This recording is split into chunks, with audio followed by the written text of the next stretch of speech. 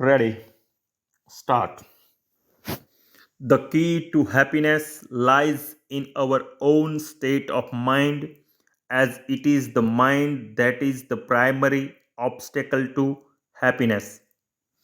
The greatest impediments to our happiness and our ability to live a peaceful and fulfilling life are our own persistent tendencies towards afflictive emotions like anger, hatred, envy, and jealousy, which are the real enemies of human well being. Author of Emotional Intelligence, Daniel Goleman, in his book Destructive Emotions, talk about dealing with negative emotions. Psychologist Richard Davidson and Goleman discussed the topic at length in a Mind Life meeting with the Dalai Lama in 2003. The takeout was that understanding destructive emotions and knowing that we can free ourselves from these will help us to handle these emotions confidently.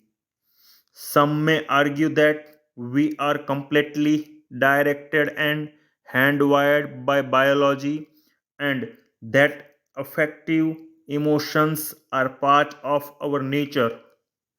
They may feel we can't do anything about them. Does this mean we would remain slaves to our biological instinct always?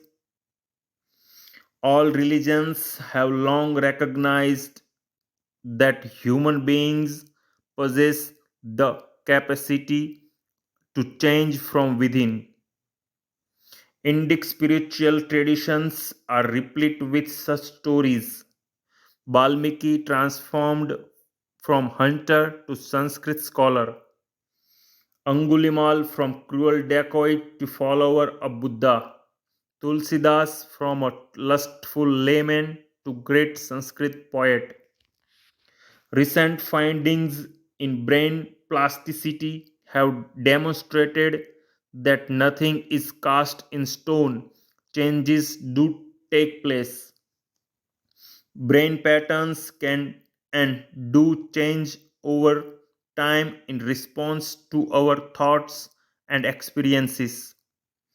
To remain emotionally fine with ourselves and with others, we need to understand and continue to work with our negative emotions consciously and train ourselves to achieve positive transformation. Biologically, all our basic emotions evidently have evolutionary purposes. Attachment brings us together and creates bonding, giving us family and society. Anger repels harmful forces detrimental to our survival. Fear alerts us against threat, and envy prompts us to compete and do better, which in turn brings about progress.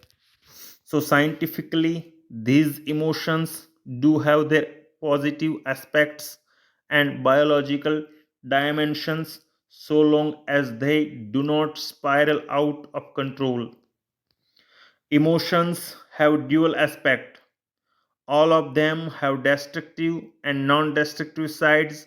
For example, anger can be challenged to get the things done and obtain that which we rightly seek. Going beyond this practical function, it turns to that destructive side when it is transformed into violence. Gandhiji understood well this practical function of anger and used it as a positive force to work for freedom and political reform.